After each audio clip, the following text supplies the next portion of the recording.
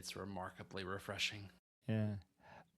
He is that. He's refreshing. And I think because of that, there's a way where I almost want to say I don't think he has a lot of influence on modern culture. Kind of. I he's not flashy. And in a way, like him on his own, like if it was like just like an Aragorn story or like an Aragorn, well, actually an Aragorn backstory might be really cool. But compared to like Iron Man, compared to Deadpool, compared to these big flash, Jon Snow, big flashy, big sexy, superpower heroes, you know, the toxic characters make for better drama, and Aragorn is really low drama, and so there's kind of a way where he like I think gets missed in a lot of cases. I mean, there's going to be like the direct influence, boys who want to learn to like play with swords, which great, and right, boys and men who want to like learn woodwork and like how to be a scout. I mean that's valuable, but I almost want to say I would guess that his influence would be more of the kind of where he's if we say he's the center, or he's very close to the center of what good is, what good masculinity is.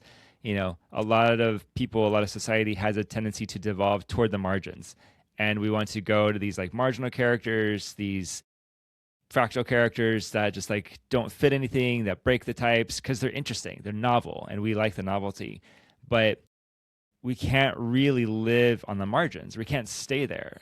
A society built on the margins ends up being a carnival, and that never lasts. Not ultimately.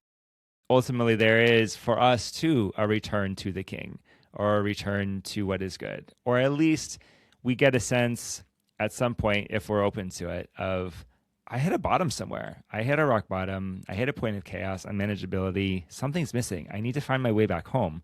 I need to find the center. Where's the center? And at that moment, we'll look for these beacons of light, of hope, of virtue, of stability, of health, and recognize it for what it is. We recognize like there's a divine image there. There's a seed of hope. There's, I mean, if we're gonna get like super orthodox, like a seed of the gospel has been planted in front of me, and I can follow this breadcrumb if I'm inclined to, if I'm open to it.